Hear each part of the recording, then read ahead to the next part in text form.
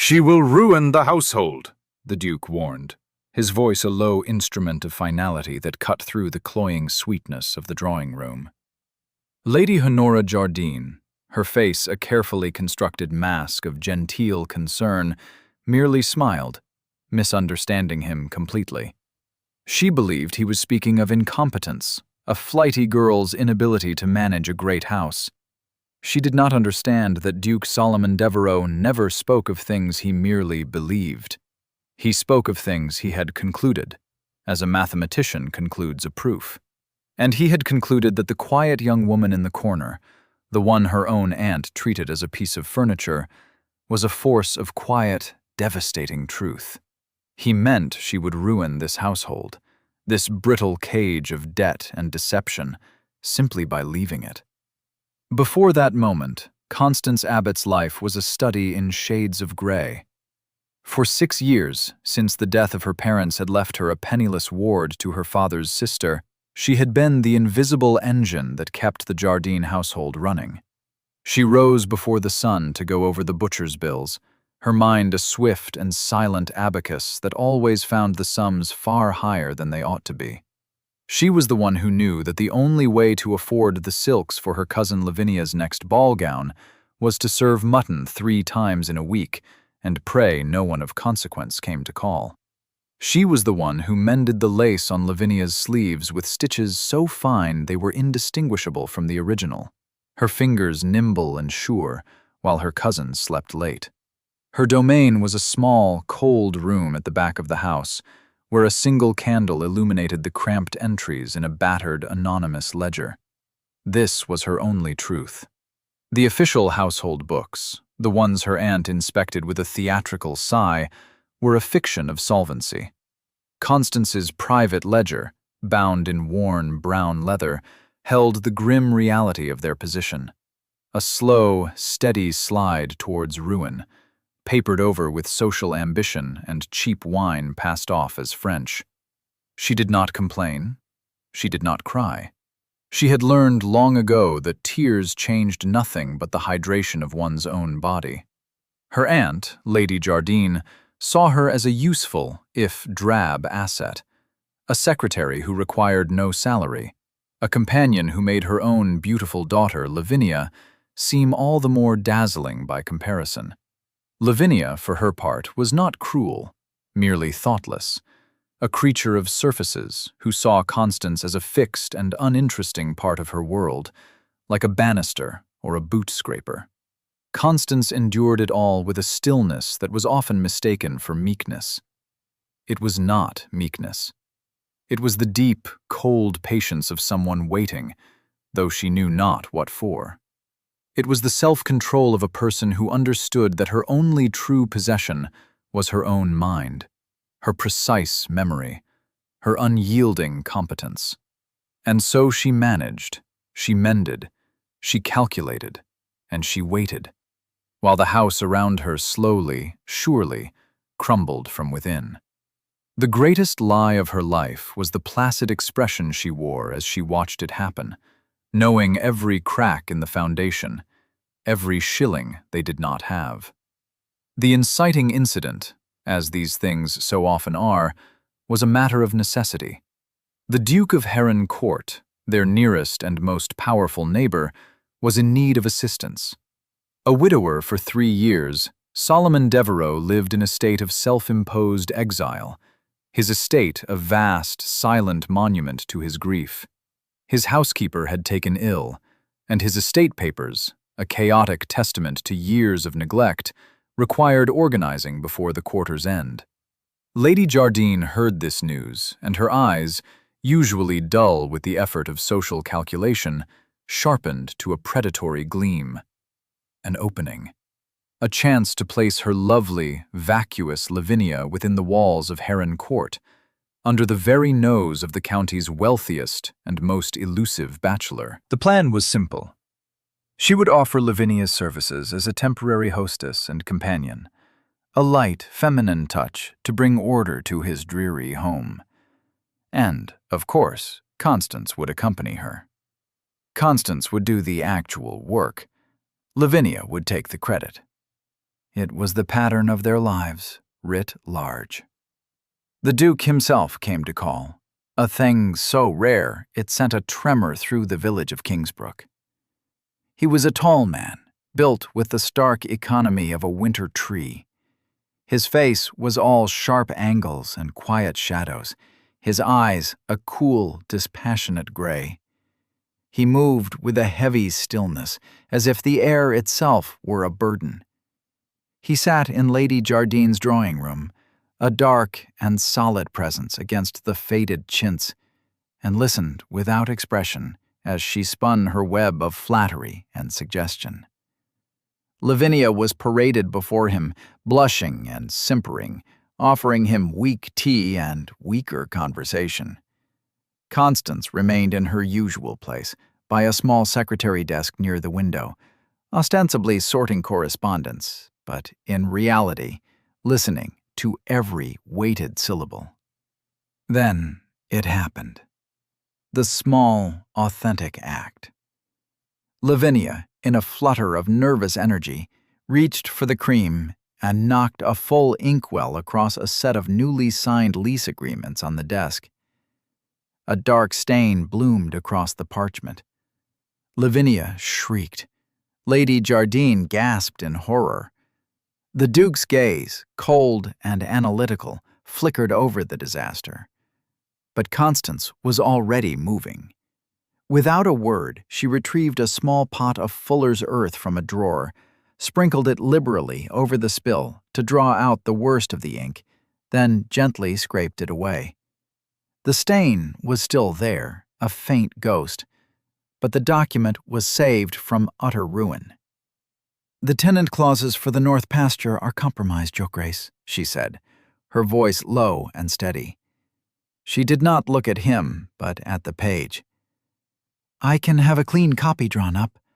I recall the terms." And she began to recite them, verbatim. The rental price per acre, the duration of the lease, the specific rights regarding timber and grazing. Flawless. Absolute. The Duke said nothing, but his eyes, for the first time, truly settled on her. He saw not a drab companion, but a mind at work. He saw the steady, competent hands, the lack of panic, the quiet authority of her knowledge. He saw the ink stains on her fingers, the faint line of concentration between her brows. It was not pity that he felt. It was something harder and more respectful. It was recognition. When Lady Jardine resumed her nervous prattling about Lavinia's suitability, the Duke held up a hand, silencing her. "Thank you for your offer, Lady Jardine," he said, his voice as quiet as before, but now with a sharp, decisive edge. He turned his gaze from the flustered Lavinia to the still figure at the desk. "It is Miss Abbott whose services I require." The silence in the room was a living thing. Lady Jardine's painted smile froze, cracked, and fell away. Lavinia stared, mouth agape, as if the Duke had just proposed marriage to the fireplace poker. "Miss Abbott," Lady Jardine stammered, the name tasting like ash in her mouth. "But Constance, she is merely my companion. She has no experience in managing a household of the scale of Heron Court." She meant, she is no one. The Duke's gaze did not waver. "I do not require a hostess, madam. I require competence. My estate papers are in disarray. The task is one of organization and accounting. Based on what I have just witnessed, Miss Abbott is singularly qualified." He then named a sum, a stipend for 3 months' work, that was so generous it made the air hum.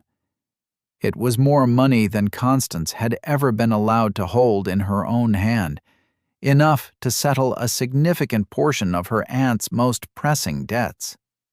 Lady Jardine was trapped. To refuse was to admit her own financial desperation and to offend the most powerful man in the county. To accept was to grant Constance a position of authority, a salary, and a temporary escape from her clutches. Greed, as it so often did, won the day. She would accept, and she would simply confiscate the salary upon Constance's return. She forced a brittle smile. "Of course, Your Grace. We are happy to be of service." Constance, who had remained perfectly still throughout the exchange, felt a slow, unfamiliar warmth spread through her chest. It was not excitement. It was the dawning of a possibility, a crack of light in a long-sealed room. She met the Duke's eyes for a brief, steady moment, and gave a single, formal nod of assent. Later, as the Duke was preparing to leave, he and Lady Jardine stood for a moment in the hall. Constance was just out of sight in the drawing room, collecting the sullied documents. It was then that he delivered his quiet prophecy. "I must warn you, Lady Jardine," he said, his tone devoid of malice, a simple statement of fact. "She will ruin the household." Honora Jardine's answering laugh was high and false. "Oh, Duke, you mustn't worry. Constance is diligent. She will not cause any trouble, I assure you." He looked at her, his expression unreadable, and seemed to understand that she was incapable of grasping his meaning.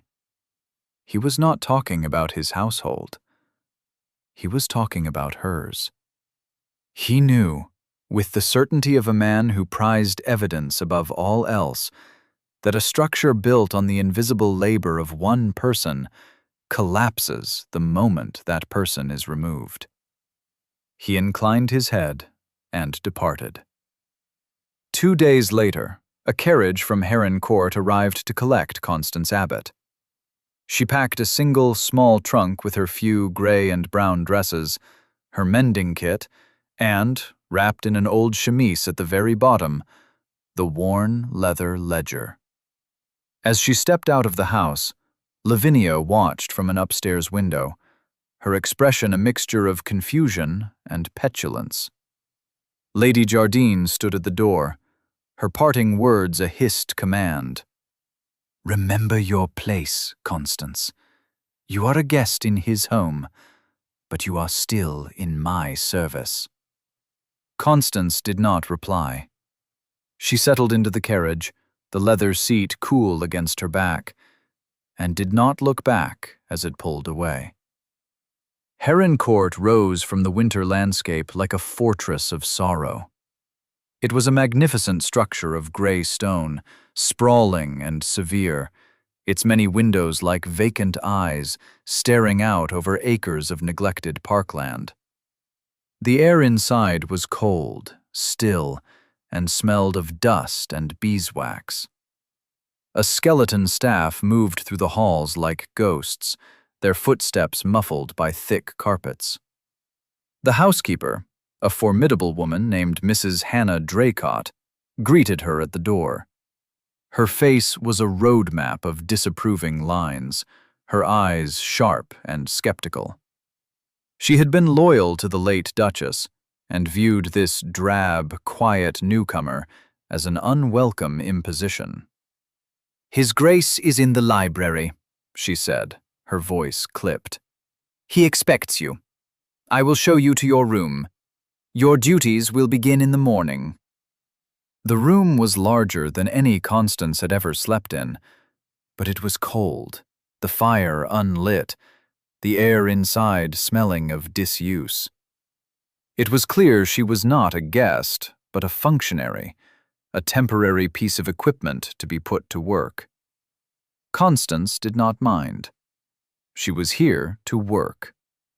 She unpacked her trunk, placed the hidden ledger beneath a loose floorboard she found under the rug, and waited for the morning, her heart a steady, quiet drum in the vast, echoing silence of the house. Constance's first task was the Duke's library, which also served as his estate office. It was a room that perfectly mirrored its master, grand, dark, and sealed against the world.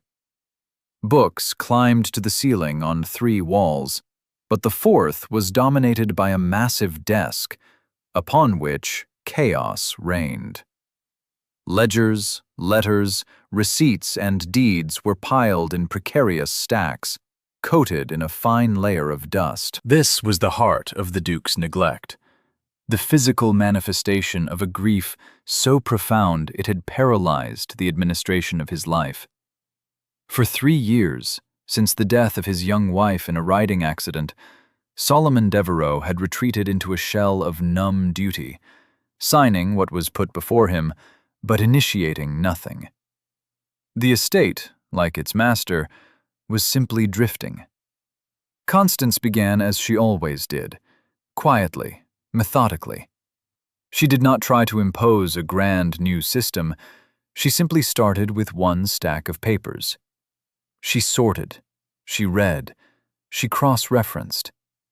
Her mind, so long starved of any real challenge, seized upon the puzzle with a fierce, silent joy. She found unpaid bills tucked inside first-edition poetry books. She found tenancy agreements that had expired 18 months prior, leaving several farms in a state of legal limbo. She discovered that the estate was still paying a pension to a groom who had died 2 years ago. Each discovery was a small, satisfying click of a lock yielding to a key. She worked from dawn until dusk, her only company the crackling fire she insisted on lighting herself each morning. She asked for nothing, demanded nothing, simply worked. The Duke would sit in a large leather armchair by that same fire for hours at a time, a book open on his lap, though he rarely turned a page. He watched her. At first, his observation was detached, a continuation of the cool assessment he'd made in her aunt's drawing room. He noted the efficiency of her movements, the way she could locate a specific document from a mountain of paper with an almost supernatural instinct. He saw how she paused to warm her ink-stained fingers by the fire, her expression thoughtful and serene. She never spoke unless spoken to, and when she did, her answers were direct and unadorned. "The accounts from the East Quarry do not balance, Your Grace. There is a discrepancy of £47. Not an accusation, just a fact."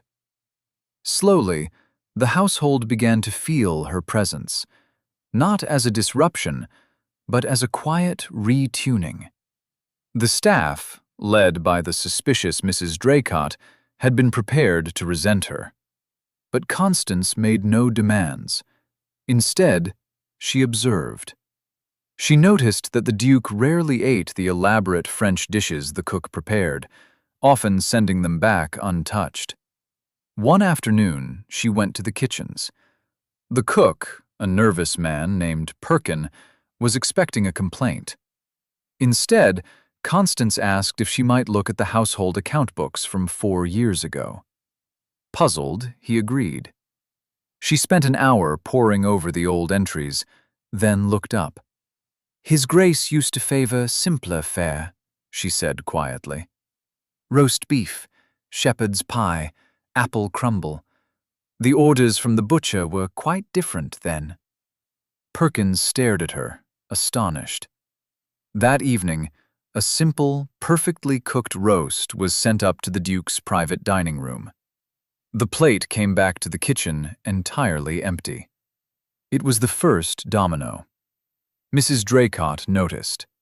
She noticed, too, that the library, once the coldest room in the house, was now always warm, a welcoming pool of light in the evening gloom.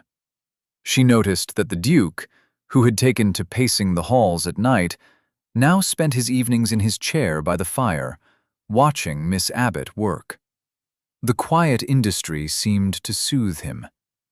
One afternoon, Mrs. Draycott entered the library to find Constance perched precariously on a ladder, dusting the highest shelf of books, a task the maids had been too intimidated to perform for years. She said nothing, but an hour later, a tray appeared on the corner of Constance's desk. It held a steaming cup of tea and 2 shortbread biscuits. It was not a peace offering. It was a salute. From that day forward, the fire in Constance's bedroom was always lit before she retired. The chill began to recede, not just from the room, but from the house itself. The servants began to unhunch their shoulders. They started calling her Miss Constance. The Duke, too, was changing. His long periods of silent observation began to be punctuated by questions. At first, they were about the estate. "What is your assessment of the timber contract, Miss Abbott?" Then they became more personal. "Where did you learn such meticulous accounting?" Constance answered plainly. "My father was a barrister, Your Grace. He believed a woman's mind was as capable as a man's and ought to be trained as such." Another evening he looked up from his book. "You never complain of the cold." "Complaining does not raise the temperature," she replied without looking up from her ledger. A ghost of a smile touched his lips, the first anyone had seen in 3 years. Their conversations became a quiet ritual, a low murmur of voices against the backdrop of crackling logs and rustling paper. He found himself telling her things he had told no one, about his late wife, about the suffocating weight of his duties. He spoke of his grief not as a wound, but as a long, gray numbness. And she listened, her presence a quiet anchor in the drifting wreck of his life. He was not falling in love. He was, perhaps, waking up. And the world he was waking to was one in which Constance Abbott was a necessary and irreplaceable part. The transformation was quiet, incremental, and as profound as the turning of a season. Heron Court was beginning to breathe again. The first sign of trouble arrived in a lacquered carriage bearing Lady Honora Jardine and a pouting Lavinia. They descended upon Heron Court under the guise of a friendly visit to see how dear Constance was faring. In reality, they had heard whispers from Kingsbrook, rumors that the reclusive Duke was being seen more often, that a new order was taking hold at the great house. Lady Jardine had come to inspect her asset and reassert her control. What she found horrified her. She found Constance not in a dusty office, but in the Duke's library, seated at the great desk as if she belonged there, discussing plans for the spring planting with the head gardener. She saw the Duke defer to Constance's opinion on the matter of crop rotation. She saw the respect in the gardener's eyes. She saw Mrs. Draycott bring Constance a cup of tea with her own hands. This was not the downtrodden niece she had dispatched to do menial work. This was a woman in a position of quiet power. Lavinia was equally dismayed, but for different reasons. She saw the subtle warmth in the Duke's gaze when he looked at Constance, the easy companionship that flowed between them. It was an intimacy she, with all her practiced charms, had never been able to achieve with any man. Jealousy, a feeling as sharp and ugly as a shard of glass, pierced her shallow heart. During their brief, tense tour of the house, Lady Jardine's polite inquiries were thinly veiled interrogations. "My, Constance, you seem to have made yourself quite at home," she said, her eyes sweeping over the newly organized morning room. "One must be careful not to overstep one's position." Constance merely replied, "The Duke requires order, Aunt. I am providing it." Their visit coincided with the arrival of another neighbor, Mr. Piers Garrick. Garrick was a man whose handsome face and polished manners concealed a core of rot. He owned the adjacent, heavily mortgaged estate and had been trying for years to persuade the Duke to invest in a risky mining venture that would save him from financial ruin. The Duke's grief-stricken inertia had been Garrick's primary obstacle. Now he saw a new one, a quiet, observant woman who was bringing the Devereux estate back to sharp, profitable life. He saw his opportunities slipping away. He and Lady Jardine quickly found common cause. They were two predators circling the same prey, and they recognized in Constance a threat to their ambitions. The campaign began subtly, as these things do. A whispered word in the market at Kingsbrook. A carefully phrased question at a tea party. Was it not strange, Lady Jardine would muse, that a man so devastated by grief should suddenly place so much trust in an unknown young woman? A companion, of all things. Mr. Garrick, for his part, spread a different poison. He spoke to the Duke's tenants, implying that the new efficiencies being implemented by Miss Abbott were designed to squeeze them for every penny. He hinted that she was an adventuress, worming her way into the Duke's confidence for her own gain. That is how counties turn on their own, quietly, by degrees. The whispers grew into murmurs, the murmurs into open gossip. Constance, insulated within the walls of Heron Court, was largely unaware of the storm gathering outside. But she felt the change in the air when she drove into the village for supplies. The averted eyes, the sudden silences as she entered a shop. The poison was working. The stage was being set for a more direct and devastating attack. The blow came on a Tuesday, a cold, gray afternoon when the sky pressed down on the roof of the world. Mr. Garrick and Lady Jardine requested an urgent meeting with the Duke. They were shown into the library, where Constance was at the desk, finalizing the quarterly reports. They had the air of reluctant bearers of bad news, their faces arranged in masks of solemn concern. "Your Grace," Garrick began, his voice smooth with false regret. "It is with the heaviest of hearts that we must bring a delicate matter to your attention." Lady Jardine picked up the thread. "We have been worried for you, Duke, for your vulnerability. It appears our fears were not unfounded." She placed a single sheet of paper on the desk before him. It was a page torn from one of the estate ledgers. The handwriting was a passable imitation of Constance's neat, precise script. The figures, however, were damning. They appeared to show a series of payments made to a non-existent supplier, with the funds diverted to a bank in another town, a sum totaling nearly £500. It was a clever forgery, designed to look like a clumsy attempt at embezzlement by an amateur. Solomon Devereux looked at the page. His face became a mask of stone. The warmth of the past weeks extinguished as if by a sudden frost. Constance watched him, her own heart slowing to a heavy, painful beat. She knew what this was. It was a test.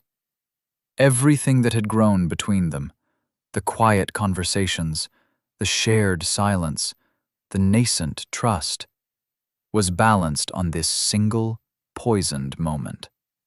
His past had made him wary of betrayal. He had been hurt before, deeply. The old wound was now being prodded by expert hands. He did not look at her. He kept his eyes on the damning page. 1 second. 2. 3. The silence stretched, thin and terrible.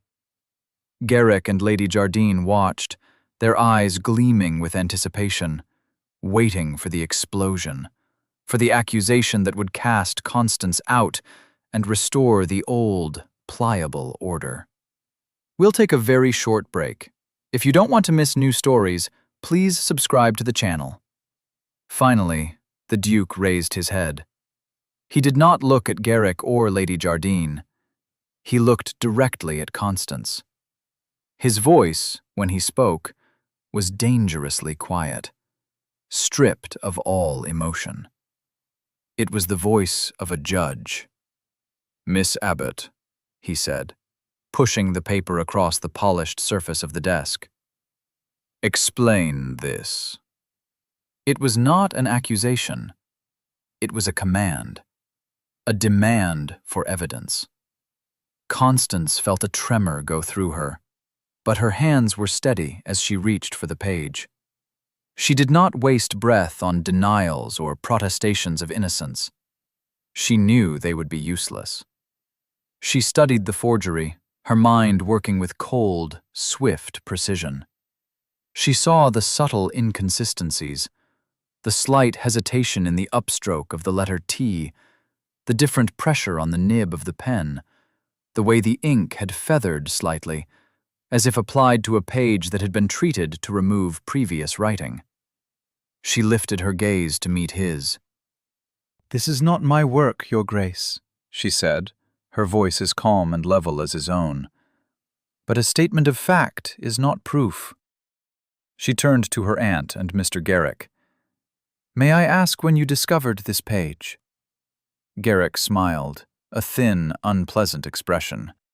"I was discussing the quarry accounts with your man of business yesterday, Duke. He expressed some confusion over recent expenditures. I offered to look, and this irregularity came to light." Constance nodded slowly. "I see." She walked to the wall of bookshelves, her footsteps the only sound in the room. She ran her fingers along a row of seemingly identical estate ledgers, then selected one from the middle. She brought it back to the desk and opened it. "This is the true ledger for the East Quarry accounts," she said. "The page you have brought, Mr. Garrick, is a forgery. A clever one, but a forgery nonetheless." She laid the two pages side by side. "Observe," she said, her finger tracing the entries. "The paper is slightly different in color. The ink, as you can see here where the light catches it, has a different sheen. But most importantly, the figures are impossible." She then proceeded, with devastating clarity, to dismantle their lie. "This entry claims a payment of £80 to a J. Smith for timber props on the 5th of October. However, the quarry's own delivery log, which I audited last week, shows no delivery on that date.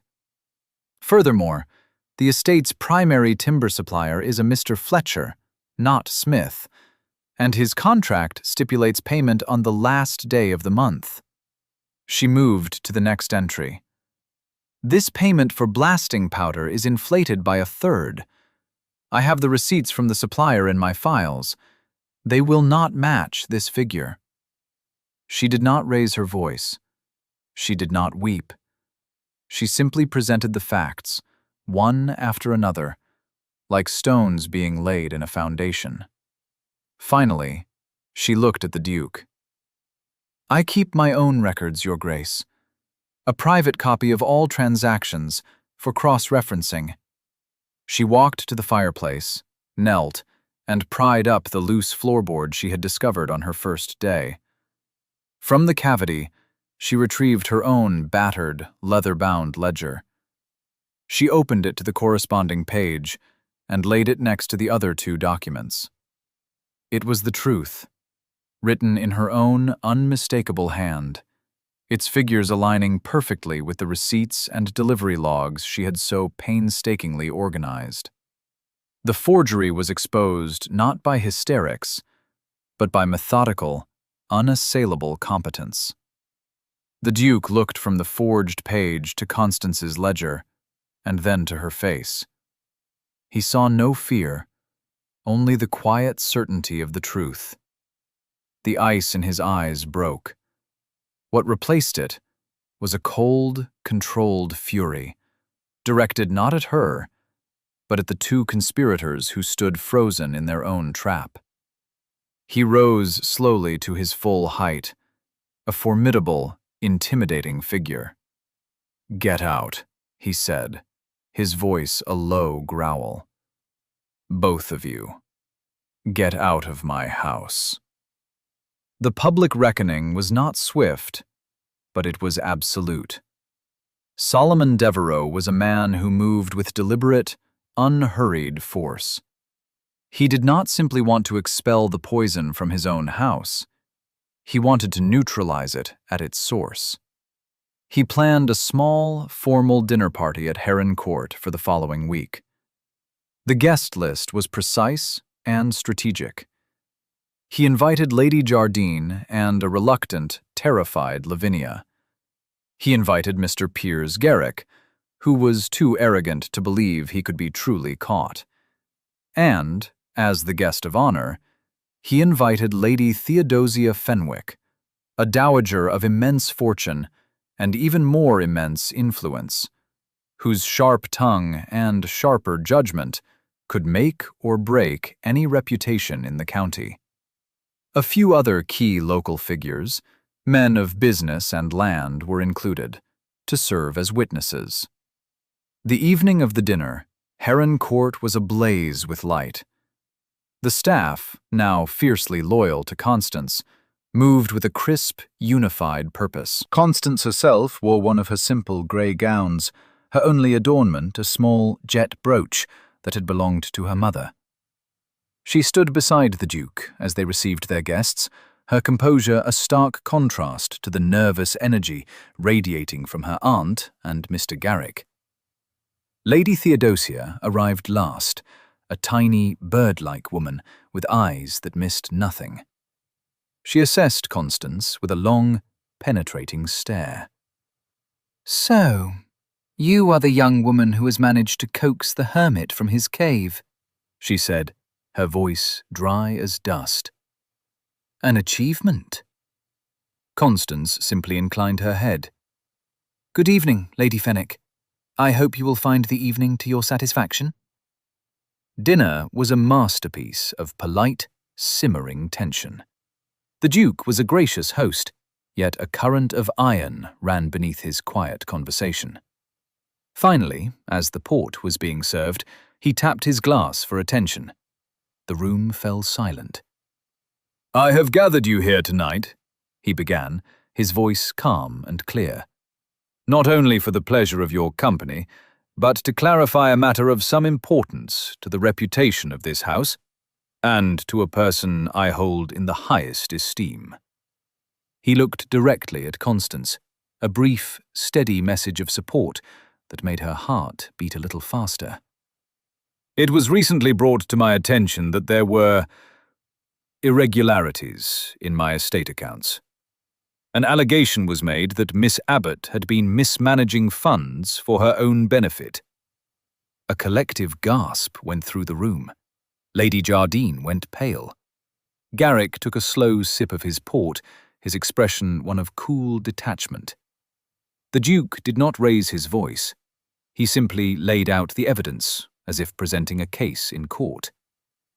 "The allegation was supported by a document." He produced the forged ledger page and placed it on the table. "However, upon closer examination, certain facts came to light." He then, calmly, methodically, repeated the points Constance had made. He spoke of the different ink, the inconsistent handwriting. He had gone further. "I sent the page to an expert in London. He confirms it is a forgery, and that the original text on the page was erased with a chemical agent before the new figures were entered." He then turned to Mrs. Draycott, who stood waiting by the door. "Mrs. Draycott, could you please confirm for our guests who requested access to my private library on the afternoon of the 4th of this month?" The housekeeper's voice was firm. "Mr. Garrick, Your Grace. He said you had given him permission to consult a map." Every eye in the room turned to Piers Garrick. A single bead of sweat traced a path down his temple. The Duke was not finished. He produced a signed affidavit from the timber merchant, Mr. Fletcher, confirming his payment schedule. He produced the receipts from the blasting powder supplier. The evidence was a wall, solid and insurmountable. "The attempt at deception was as clumsy as it was malicious," the Duke concluded, his voice dropping to a dangerously low pitch.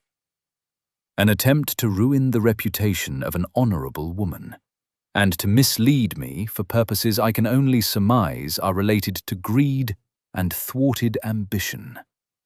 He looked at Garrick. Is there anything you would like to say?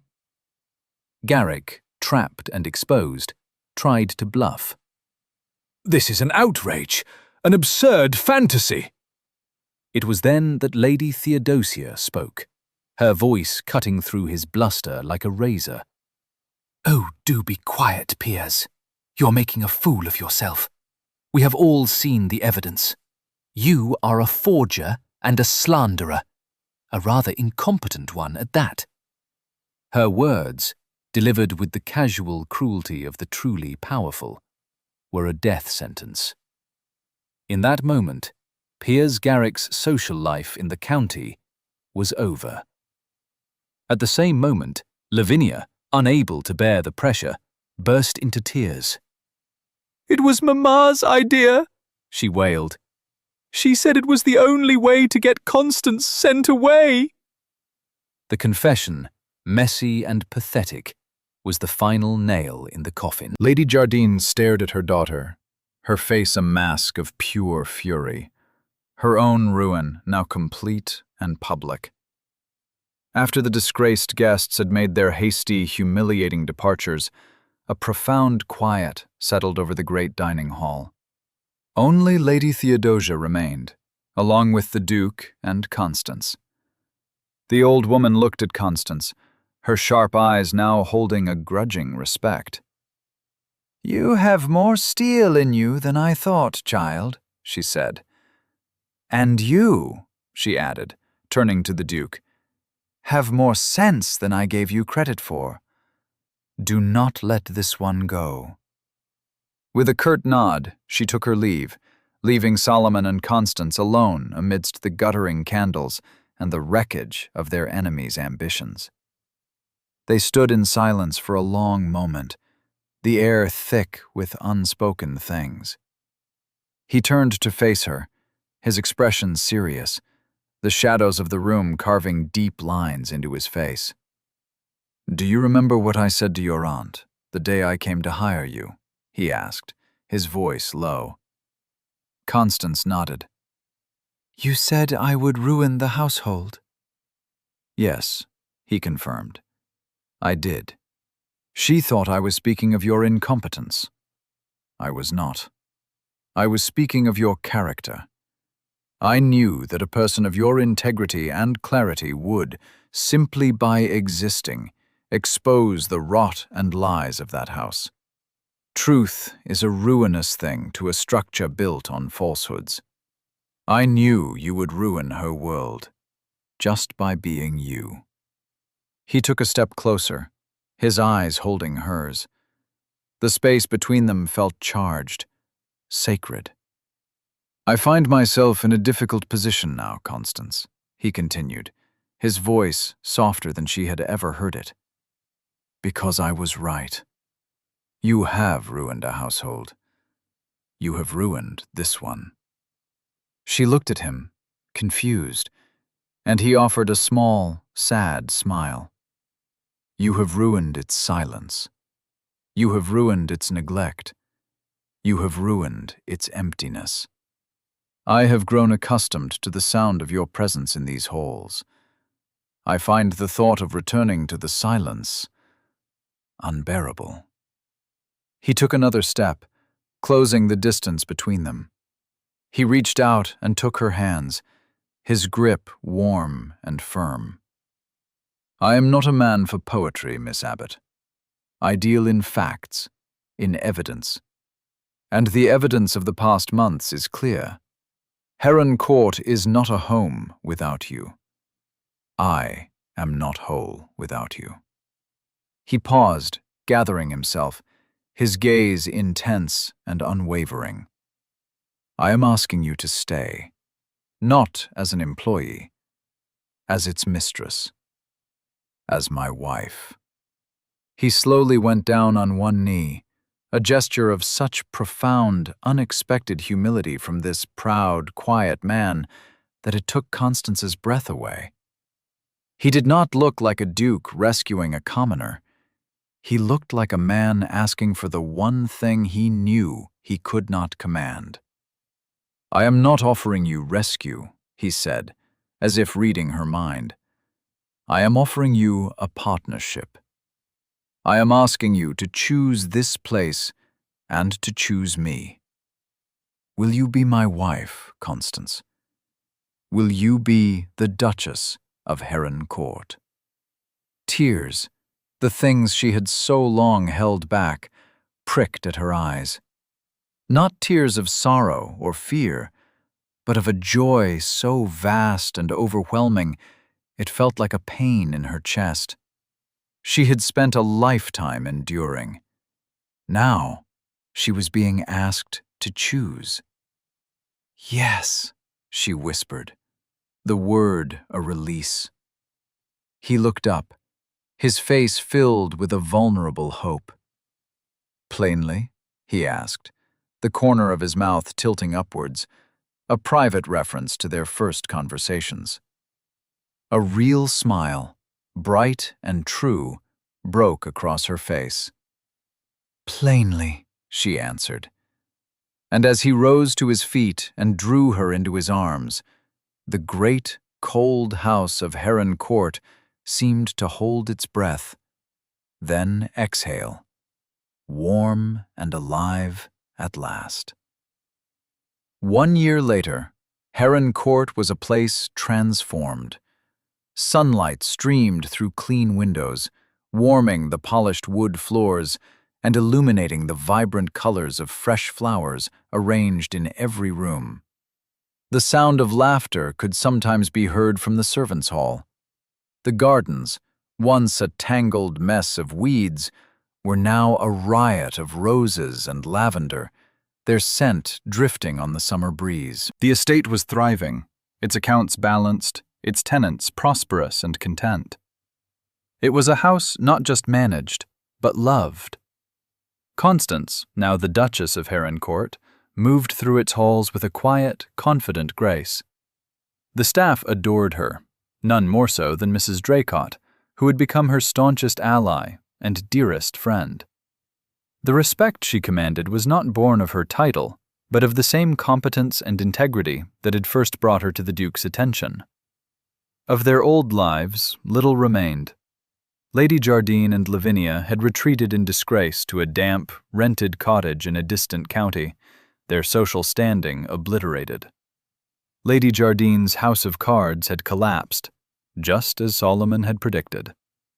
Mr. Piers Garrick had sold his estate at a loss and fled to the continent, his name a byword for scandal and dishonor. Lady Theodosia Fenwick, however, had become a regular and treasured visitor, her sharp wit a welcome spice in their quiet country life. She and Constance had formed an unlikely but powerful friendship, built on a foundation of mutual respect for steel. One warm afternoon, Solomon found Constance in the library, the room where their story had truly begun. He came to her side and placed a long, flat box on the desk in front of her. She looked up at him, a question in her eyes. "For you," he said simply. She opened it. Inside, nestled on a bed of dark blue velvet, was a new ledger. It was beautifully bound in soft, dark green leather, the corners tipped with silver.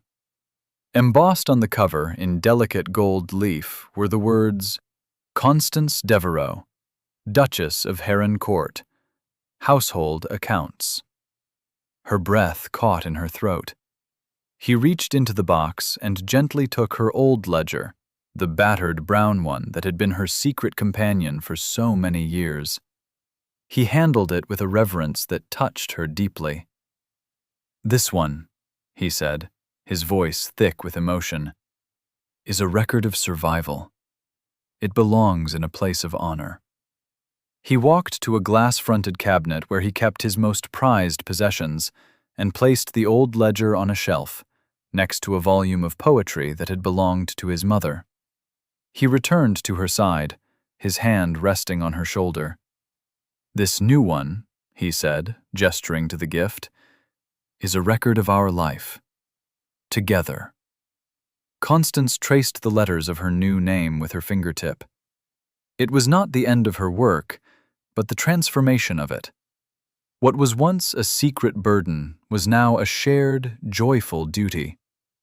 She thought of the frightened, lonely girl who had kept those desperate accounts by candlelight, and the woman she was now, safe and cherished, the mistress of a thriving home. She stood and turned to her husband, her heart full of a quiet, steady gratitude that was more profound than any passionate declaration. "Thank you, Solomon," she said.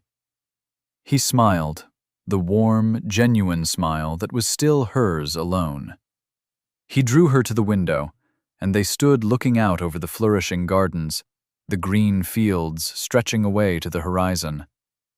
It was all theirs, not in the sense of ownership, but in the sense of shared stewardship, a life they were building, day by day, entry by entry, together. The past was not erased, but honored. The future was not a fearful uncertainty, but a clean, open page, waiting to be written. Thank you for listening to the story all the way to the end. Please tell us which city you're watching from and what the story made you feel. Don't forget to subscribe so you won't miss new stories.